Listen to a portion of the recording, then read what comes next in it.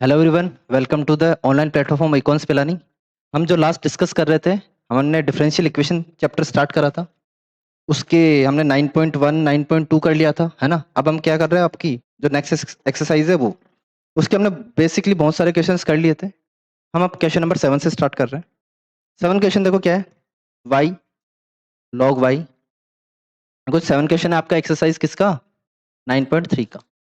ठीक है, तो आपको दे रखा है y log y d x minus x d y equal to zero. X d y equal to zero. आपको क्या करना है, इसका सॉल्यूशन देखना है, इसका जनरल सॉल्यूशन फाइंड आउट करना है। ठीक है, अब देखो सबसे पहले हमें क्या करना है, d y by d x निकालना है। तो d y by d x निकालते हैं, इसको उधर भेज देते हैं और इधर ले जाते हैं। तो क्या हो जाएगा, देखो d y by d x की वैल्यू क्या हो जाएगी, ये हो जाएगी y log y upon x हो जाएगी। एक्स डी वाई को मैं उधर ले गया, डी एक्स को नीचे ले गया, तो यहाँ क्या बच गया, वाई लॉग वाई बच गया। और डी वाई के साथ में जो एक्स था वो यहाँ आ गया। ठीक है, अब वाई के साथ में वाई वाली टर्म कौन कौन सी, यहाँ पे क्या है वाई लॉग वाई, तो ये होगी वाई लॉग। यहाँ पे कौन सी टर्म, dx के साथ dx बाई एक्स, ये है। अब नेक्स्ट स्टेप क्या करते हैं, डिफरेंशिएट करते हैं, सॉरी इंटीग्रेट करते हैं both side, integrating both sides. देखो 1/y log y है, कैसे इंटीग्रेट कर सकते हैं, इसको t लेके कर सकते हैं क्या, t लेके नहीं होगा। log y को आप t लेके तब हो पाएगा, y को आप नहीं ले सकते, y का तो 1 हो जाएगा, y के रेस्पेक्ट में कर रहे हैं। मैंने क्या करा, log y को t लिया, let log y equals to t। जैसे log y को t लिया, यहां से क्या बन जाएगा, ये बन जाएगा 1/y dy is equal to 1/y dy is equal to dt, ये बन जाएगा। मतलब ये जो 1/y और ये dy है, ये कंप्लीट क्या बन गया, dt/t एक तरह से। तो LHS में क्या बन गया, dt/t। सामने देखो dx/x तो डायरेक्ट ही हो रहा है, क्या हो रहा है log x, तो हो जाएगा log x plus c। dt/t भी log mod t होता है, तो log t किसको लेट करा था, log y को, वापस से log y इक्वल्स टू क्या आ जाएगा, log x प्लस c।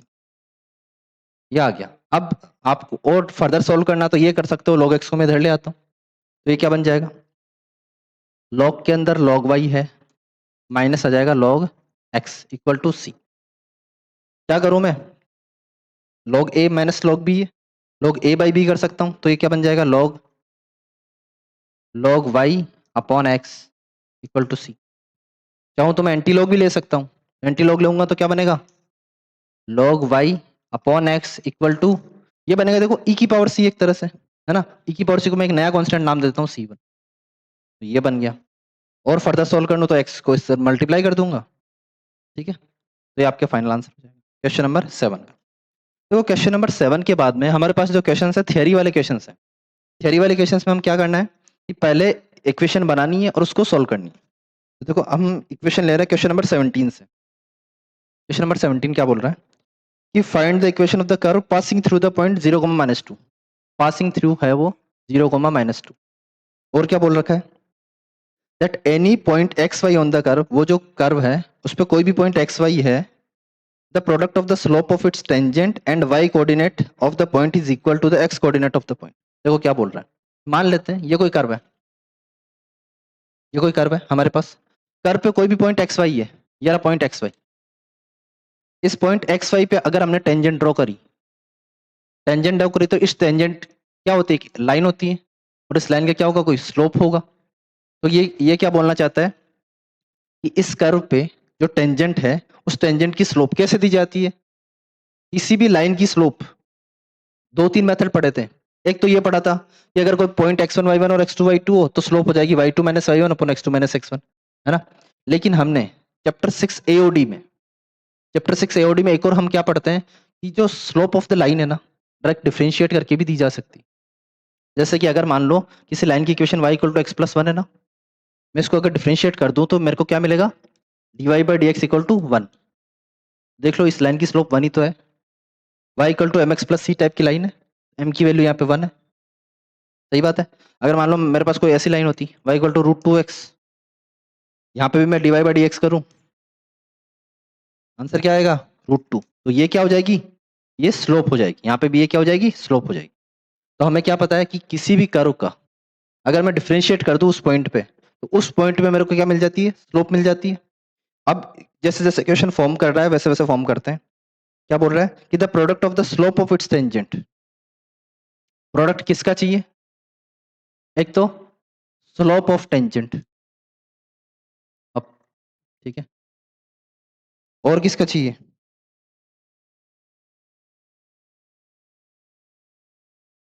और किसके साथ में, वाई कोऑर्डिनेट के साथ में, वाई कोऑर्डिनेट ये रहा, ये किसके इक्वल है, इस equal to x coordinate of the point, x coordinate of the point. ये आपका क्वेश्चन बन गया। अब मेरे को पता है स्लोप ऑफ टेंजेंट उस पर्टिकुलर पॉइंट पे एट पॉइंट एक्स वाई की बात कर रहा है, तो स्लोप ऑफ पॉइंट क्या हो जाएगा, d y by d x हो जाएगा। मल्टीप्लाई में क्या है, वाई है, इक्वल टू में क्या है, एक्स है। अब सिंपली क्या करो, y d y equal to x d x, differential equation बन गई। इंटीग्रेटिंग बोथ साइड, यहाँ क्या बन गया, वाई स्क्वायर बाई टू, यहाँ क्या बन गया, x square by two plus. अब आपको देखो क्या दे रखा है, पॉइंट दे रखा है 0,-2। ये पॉइंट इसलिए दे रखा होता है ताकि आप सी की वैल्यू निकालो। 0,-2 पॉइंट है तो ये हो गया यहाँ पे क्या, 4/2 इक्वल टू 0 प्लस सी। सी की वैल्यू क्या आ गई, 2।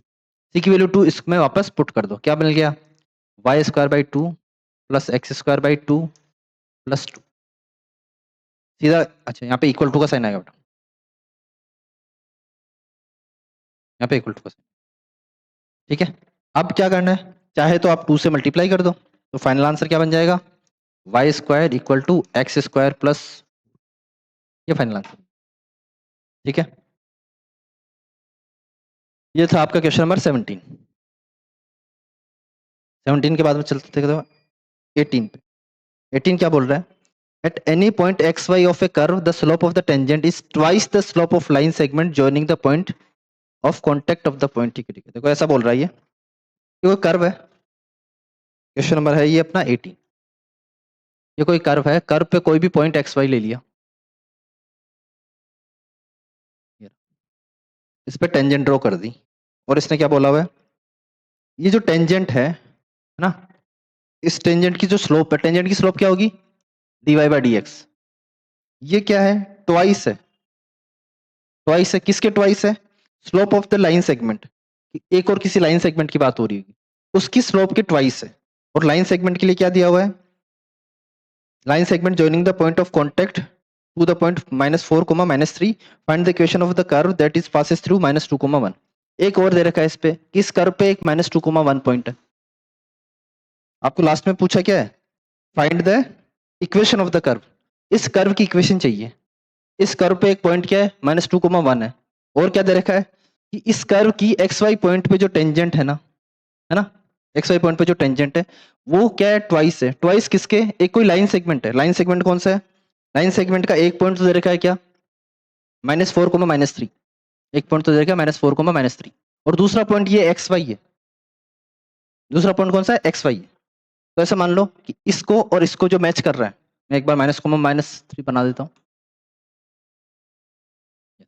यहाँ पे मैंने एक और पॉइंट बना दिया -4, -3, इन दोनों को मैंने मैच कर दिया, तो एक ये लाइन सेगमेंट हो गया, एक यहाँ पे ये कर्व हो गया, इसकी स्लोप क्या होती है, d y by d x, और इन दोनों पॉइंट की स्लोप क्या होगी, 2 पॉइंट फॉर्म से स्लोप निकालते हैं, y2 - y1 upon x2 - x1। तो ये वाली स्लोप ट्वाइस है इस लाइन सेगमेंट की स्लोप के, तो क्या हो जाएगा, y+3, y2 - y1 upon x2 - x1, तो हो जाएगा x+4। ये दे रखा,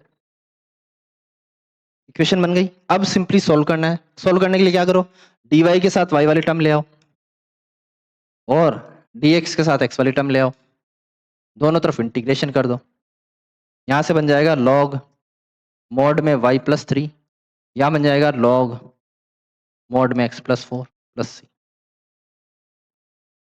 अब एक और पॉइंट दे रखा है सी की वैल्यू के लिए, क्या, -2, 1, -2, 1 इसमें सेटिस्फाई करा देते हैं, तो ये क्या बन जाएगा, देखो इससे पहले एक काम करता हूँ, मैं लॉग को हटा देता हूँ। लॉग हटाने के लिए क्या करूंगा, सबसे पहले तो ये जो 2 है ना, इस 2 को मैं पावर में सेंड करूंगा, क्यों, दोनों तरफ एंटी लॉग लेना है, पावर में सेंड करा और इधर ले आया, देखो क्या बन जाएगा ये, कुछ ऐसा बन गया क्या?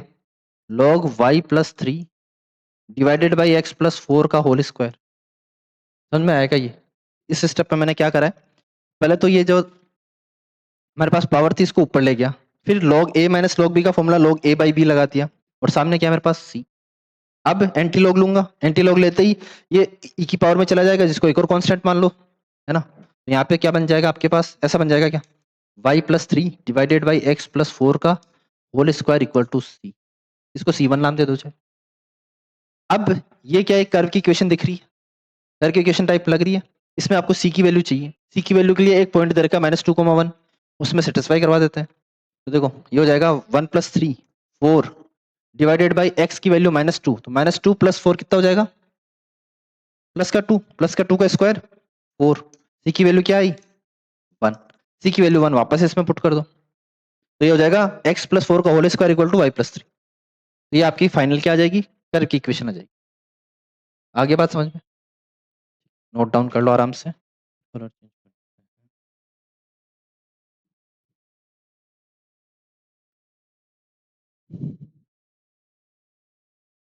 ये था आपके पास क्वेश्चन नंबर 18।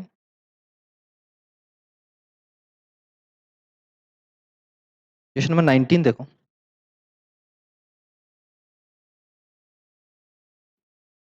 क्वेश्चन नंबर 19 में क्या दिया हुआ है, volume of A spherical balloon. एक कोई बैलून दे रखा है और उसको बोला है स्फेरिकल है, स्फेरिकल मतलब एकदम परफेक्ट स्फेयर टाइप का है, ठीक है। Being inflated changing at at constant rate. ऐसा हो रहा है कि आप बैलून फुला रहे हो, बर्थडे पे बैलून फुलाते हैं अपन, है ना, बर्थडे है ना तुम्हारा कल, तो बर्थडे पे बैलून फुला रहे हैं, तो ये जो कांस्टेंट है ना इसकी चेंज होने की रेट, मतलब इसमें हवा भर के इसका जो साइज बड़ा हो रहा है ना, वो एक कांस्टेंट रेट से बड़ा हो रहा है कि मतलब कोई एकदम ऐसे फूंक मार रहा है जैसे कि एकदम कांस्टेंट रेट से इसका वॉल्यूम बढ़ रहा है। तो इसके वॉल्यूम को अगर मैं बोल देता हूँ पी, सॉरी वी बोल देता हूँ, तो d v by d t, d v by d t क्या है, कांस्टेंट है, कांस्टेंट को हमेशा कैसे लिख सकता हूँ मैं, ये जो बैलून है इसका जो वॉल्यूम इंक्रीज हो रहा है, वॉल्यूम इंक्रीज मतलब वॉल्यूम में चेंज क्या होता है, डी बाई डी टी। ये क्या है, एक परफेक्ट कोई क्वांटिटी है, कांस्टेंट क्वांटिटी है के। और क्या बोल रखा है, if initially its radius is 3 unit, initially radius 3 unit थी, तो मतलब t इक्वल टू 0 पे रेडियस क्या थी 3 यूनिट। पूछा है आफ्टर 3 सेकेंड 6 यूनिट हो गई, मतलब t इक्वल टू 3 पे r इक्वल टू क्या होगी 6 यूनिट हो गई। पर जैसे जैसे बैलून बढ़ेगा उसकी रेडियस भी इंक्रीज हो जाएगी, है ना, टाइम के साथ वॉल्यूम बढ़ ही रही है। Find the radius of the balloon after t second. Question क्या बोला है, फाइंड r आफ्टर t सेकेंड्स, ये बोला हुआ है। देखो सबसे पहले मेरे को क्या स्फेरिकल बैलून दिया हुआ है क्या, स्फेरिकल बैलून का क्या होता है वॉल्यूम का फॉर्मूला, यही होता है। हमने लेट कर लिया आर, चलो आर स्मॉल लेट कर रहे तो स्मॉल लेट कर लेते हैं। अब इसका क्या करना है, डिफरेंशिएशन करना है दोनों तरफ से। तो देखो 4/3 पाई, आर चेंज हो रही है तो आर का डिफरेंशिएशन क्या हो जाएगा, एक सेकेंड मैं एक काम करता हूं, आर के रेस्पेक्ट में करता हूं। आर के रेस्पेक्ट में क्यों करूंगा, तो डीवी बाई डी टी। समझे नहीं तुम, दो दो पैरामीटर्स है, एक है टी एक है आर। मुझे पता है डीवी बाई डी टी की वैल्यू मेरे को पता है, ताकि मैं यहाँ पे क्या एक कांस्टेंट रख सकूं, तो मैंने डीवी बाई डी टी करा, वापस से सेम 4/3 पाई, ये हो जाएगा 3r स्क्वायर। क्या इतना ही हो जाएगा क्या, कुछ और भी होगा, D R by d T भी आएगा, ये आ जाएगा D R by d T. अब हमें एक तो ये पता है कि ये कांस्टेंट है, तो इसको मैंने लिख दिया के। सामने क्या है मेरे पास, ये 3 से 3 कट आउट हो गया, यहाँ पे है 4 πr² into D R by d t. क्या ये एक तरह से डिफरेंशियल इक्वेशन टाइप का कुछ लग रहा है, आर के साथ आर वाली टर्म रहने दो, बाकी टर्म को इधर भेज दो, तो डी टी इधर आ गया, तो ये हो गया k d t equal to 4 pi, 4 pi constant है, और यहाँ पे क्या बच जाएगा r² डी आर। क्या दोनों तरफ इंटीग्रेशन कर देता हूँ, इंटीग्रेशन करा, यहाँ पे क्या बचा, यहाँ पे आया के टी प्लस सी, इधर क्या आया 4 पाई, तो as it is r³ by 3। C already इधर लगा दिया तो इधर लगाने की जरूरत है नहीं, ठीक है। ये इक्वेशन आई, इसको इक्वेशन 1 नाम दे देते हैं। अब देखो इसका नेक्स्ट पार्ट, जो जो कंडीशन दे रखी है वो मैं सेटिस्फाई करवाता हूँ। सबसे पहली कंडीशन क्या दे रखी है, टी इक्वल टू 0 पे आर इक्वल टू 3, याद रखा है, टी इक्वल टू 0 पे आर इक्वल टू 3।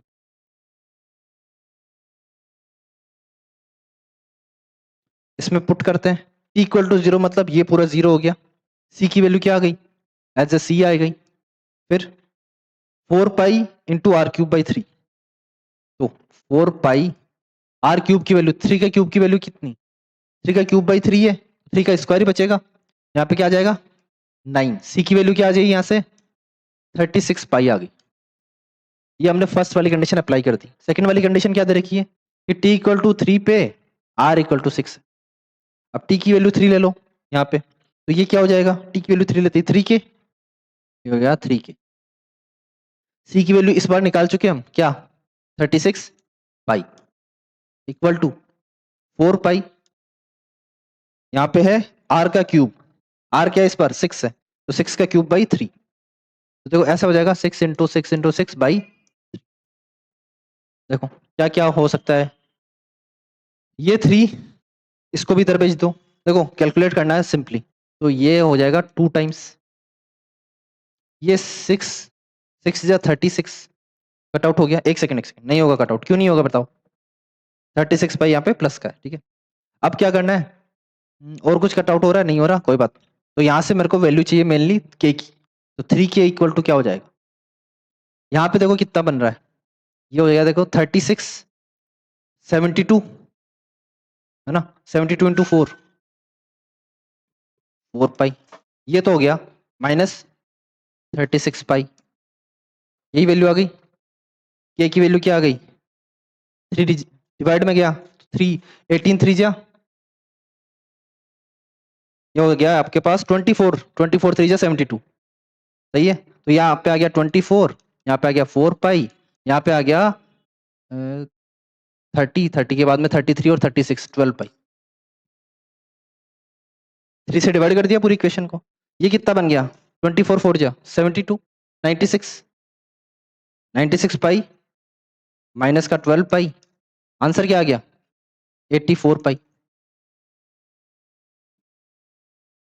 अब किस किस की वैल्यू आ चुकी, के की वैल्यू आ चुकी, सी की वैल्यू ऑलरेडी आ चुकी 36 पाई।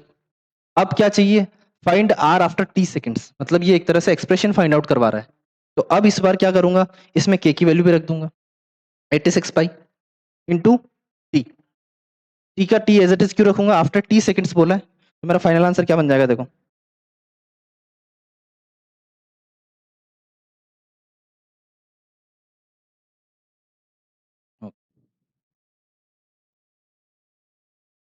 केस थर्ड है,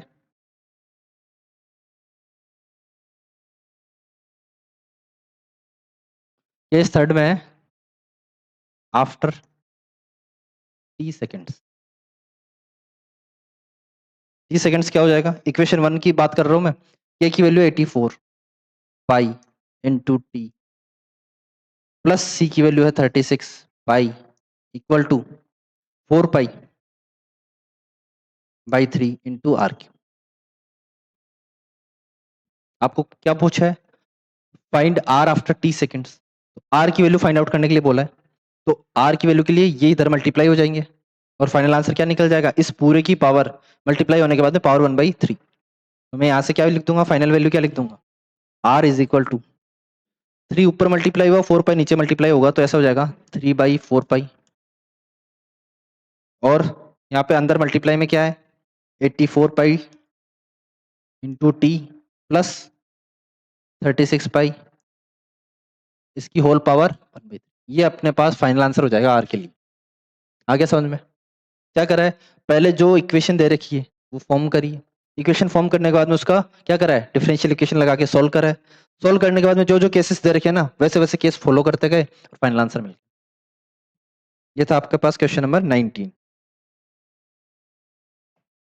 19 के बाद देखो क्वेश्चन नंबर 20 21 22, सारे के सारे क्वेश्चन इंपॉर्टेंट, काफी बार एग्जाम में रिपीट भी हुए हैं, और इस टाइप के क्वेश्चंस भी फेवरेट रहते हैं एग्जामिनर के, क्योंकि वो क्या सोचता है कि आप डिफरेंशियल इक्वेशन बनाओगे भी उसको सॉल्व भी करोगे, है ना, अलग अलग केसेस में, तो उस ये अप्रोक्स 3 मार्क्स के आसपास रहेंगे तुम्हारे। नेक्स्ट क्वेश्चन लेते हैं 19 के बाद में 20।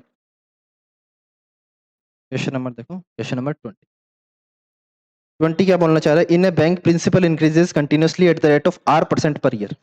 इंक्रीज क्या हो रहा है, प्रिंसिपल इंक्रीज हो रहा है, तो लेट प्रिंसिपल पी। अब प्रिंसिपल में इंक्रीज होने की रेट क्या है, डीपी बाई dt, टाइम के रेस्पेक्ट में हो रहा है। ये किस रेट पे हो रहा है, R% पर ईयर, है ना। Principal increases continuously at the R% per year, R%, तो ये हो गया R%। किसका R%, प्रिंसिपल का। Find the value of R if the 100 double itself in 10 years। क्या बोला है, फाइंड R if 100 double itself in 10 years। और क्या दे रखा है, एक दे रखा है मेरे पास log 28 बेस ई की वैल्यू दे रखी है 0.693, ये दे रखा है। देखो फेवरेट क्वेश्चन है, काफी बार पूछा हुआ है ये, तो एक बार ध्यान से समझ लेना। सॉल्व करते हैं इसको।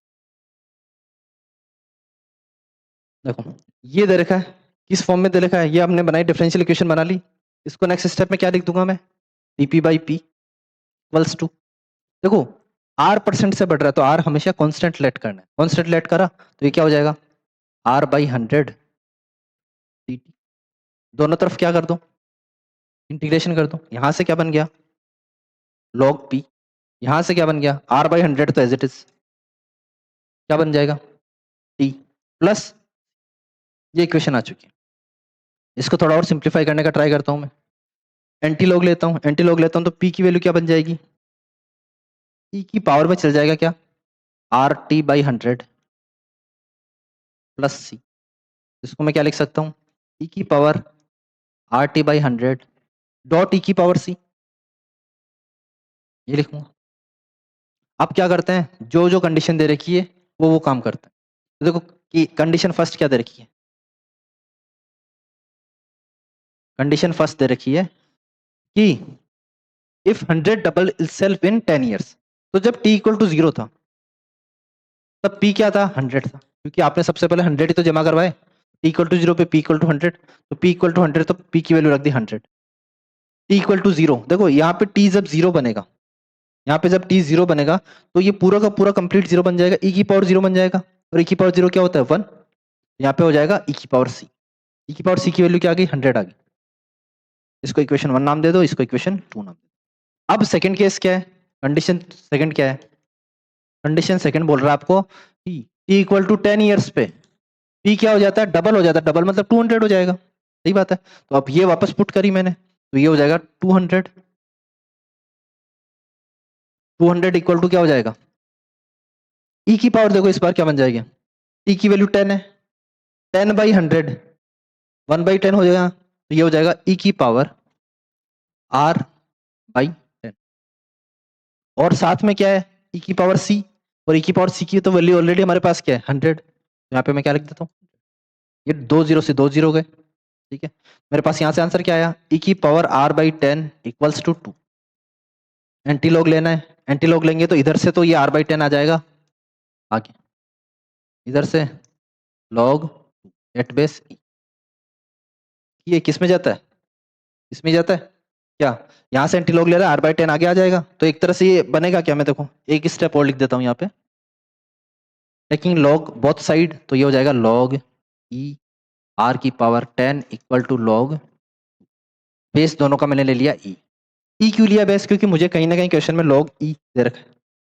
अब देखो क्या पावर, जो log क्या करता है, जो भी उसके सर पे बैठा रहता है उसको आगे ले आता है, तो r बाई 10 यहाँ क्या बचेगा, log e at base c, जिसकी वैल्यू हमेशा 1 होती है। log का बेस और उसके अंदर की क्वांटिटी सेम होते ही उसकी वैल्यू हो जाती है 1, तो r बाई 10 की वैल्यू क्या आ गई, 0.69। यहाँ से r की वैल्यू क्या आ जाएगी 6.93, यहाँ से r की वैल्यू क्या आ गई 6.9। यही पूछा था मैं, ये तो पूछा था फाइंड r। तो ये आपके पास क्वेश्चन है, क्वेश्चन नंबर 20, आराम से लिख लो, उतार लो।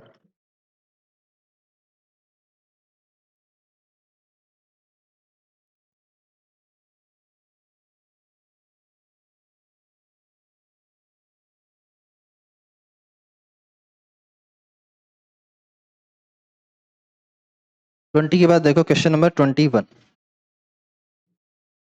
Question number 21। 21 क्वेश्चन क्या बोल रहा है भाई? बैंक वाला क्वेश्चन है। Principal increases continuously at the rate of 5% per year. भाई प्रिंसिपल को पी लेट करना है, तो प्रिंसिपल में चेंजेस की रेट क्या है? 5% per year. 5% per year. An amount of 1000 is deposited in the bank, how much well it worth after 10 years? ये बोल रखा है भाई। 5% तो आपकी क्या है? Rate of interest. अमाउंट क्या डाला? 1000। आपने पी क्या लिया? 1000। कब लिया पी 1000? जब टी क्या था? 0। अब आपको पूछा है आफ्टर 10 years। आफ्टर 10 years मतलब टी इक्वल टू 10 पे अमाउंट क्या हो जाएगा? अमाउंट क्या हो जाएगा? और एक और चीज दे रखी है क्या? ई की पावर 0.5 की वैल्यू दे रखी है। ई की पावर 0.5 की वैल्यू क्या दे रखी है? 1.648। ये दे रखा है। सॉल्व करते हैं। सबसे पहले हमने ऑलरेडी क्या बना चुके हैं? डिफरेंशियल इक्वेशन बना चुके हैं। ये हो जाएगा d p by p equal to 5/100 को क्या लिख दूं मैं? 1/20 लिख दूं क्या? साथ में क्या है? dt।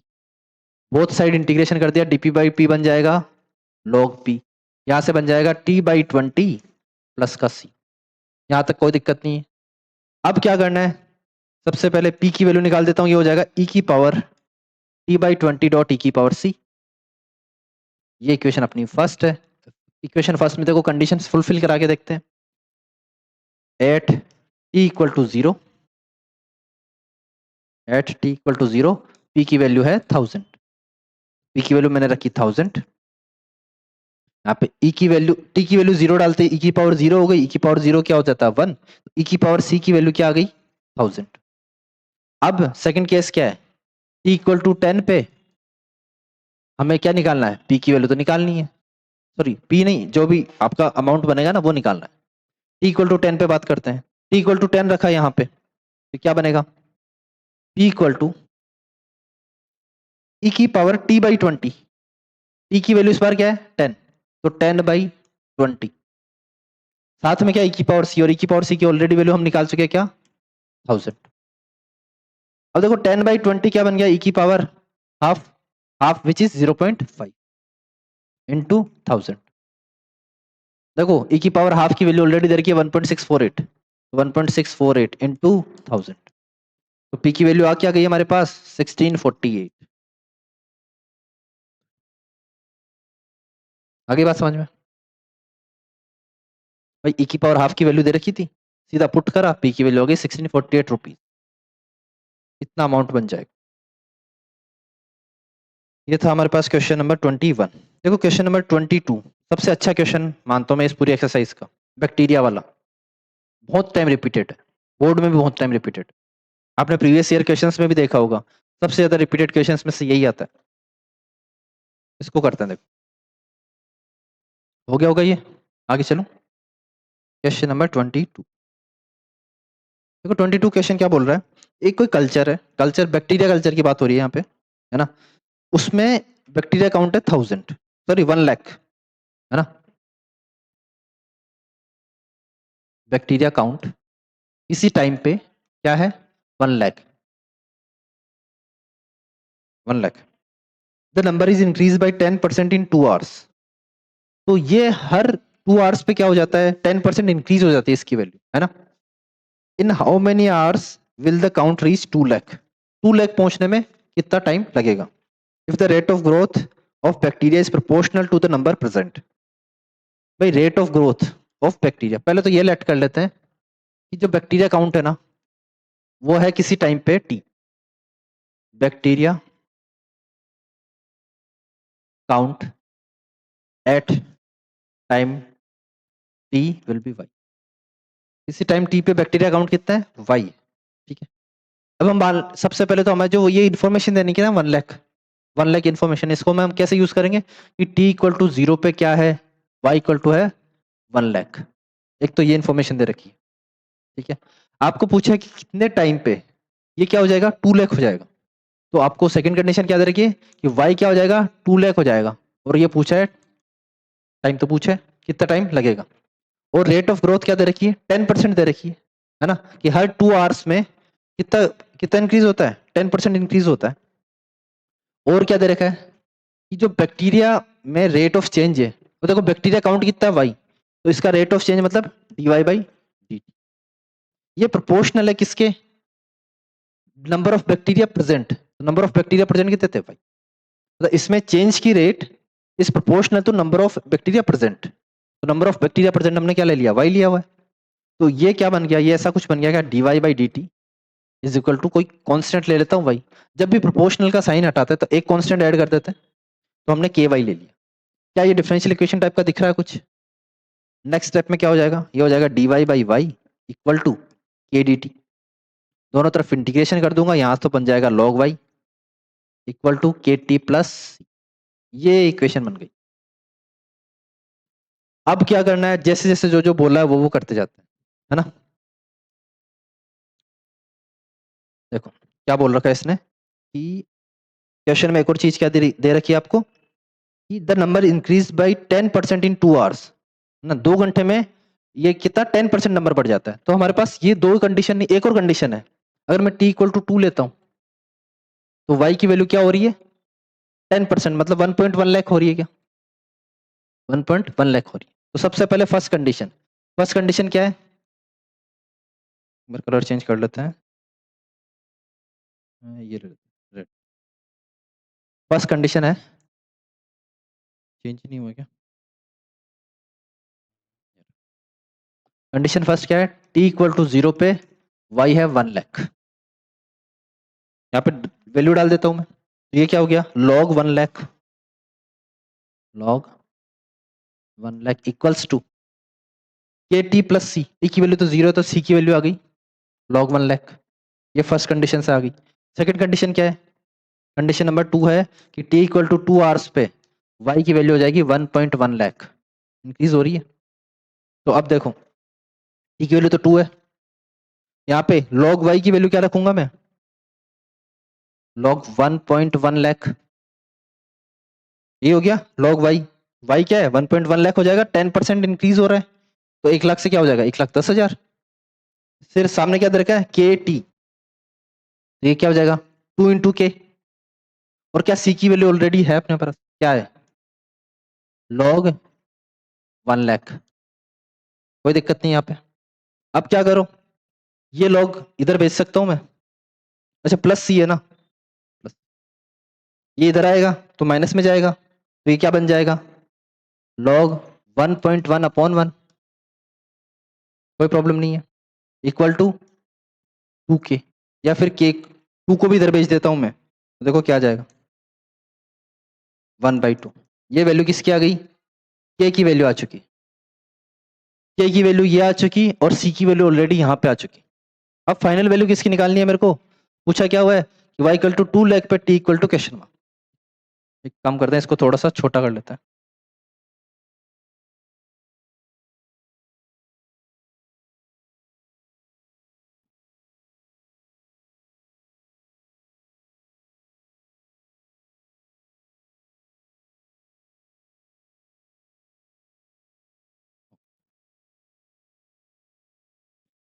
ठीक है बेटा, लास्ट कंडीशन देख रहे हैं, कंडीशन नंबर 3 में क्या होगा? इधर y की जगह तो हो जाएगा 2 लाख, तो मैं क्या लिखा?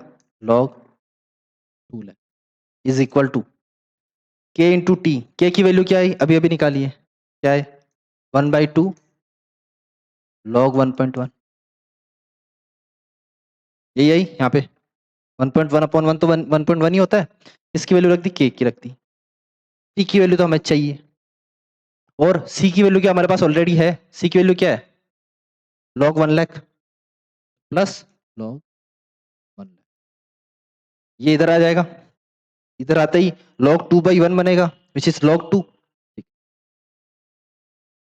नेक्स्ट स्टेप में ऐसा बन जाएगा ये कुछ, half log 1.1 into t is equal to log 2 lakh.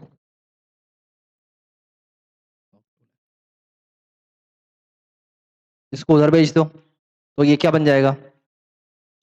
T की वैल्यू क्या बन जाएगी? देखो 2 log 2 डिवाइडेड में क्या? log 1.1 लैक्स में है वैल्यू, तो ये आपका फाइनल आंसर बन जाएगा। ऐसा 2 log 2 अपॉन log 1.1 ये बन जाएगा। आपको log 2 की वैल्यू दे नहीं रखी है शायद क्वेश्चन में, तो आपको पुट भी नहीं करनी। ये आपका बैक्टीरिया वाला क्वेश्चन था। हो जाएगा, कोई दिक्कत नहीं है। क्वेश्चन नंबर 22 के बाद में एक छोटा सा क्वेश्चन है 23, फटाफट देख लो, फिर अपनी ये वाली एक्सरसाइज तो कंप्लीट होती है। 23 क्वेश्चन क्या है, डी बाई डी एक्स की वैल्यू है ई की power x plus y. D by d x दे रखा है ई की पावर एक्स प्लस वाई। ठीक है, सॉल्यूशन करना है, सीधा क्या करो, इसको क्या करूंगा मैं, ई की पावर एक्स डॉट ई की पावर वाई लिखूंगा, प्लस में पावर स्प्लिट कर दी, डी बाई डी एक्स की ये वैल्यू आ गई। नेक्स्ट डी वाई के नीचे तो ई की पावर वाई और ई की पावर एक्स के साथ में डी एक्स। ये एक तरह से ई की पावर माइनस वाई तो है, ई की power minus y into d y equal to e की पावर एक्स और डी एक्स। दोनों तरफ इंटीग्रेशन करा, लेफ्ट हैंड साइड में इंटीग्रेशन क्या हो जाएगा, ई की पावर माइनस वाई का ई की पावर माइनस वाई और माइनस वाई का -1 डिवाइड में आ जाएगा इक्वल टू ई की पावर एक्स का ई की पावर एक्स प्लस में सी। तो ये क्या आ गया, ई की power minus y equal to minus e की पावर एक्स माइनस सी।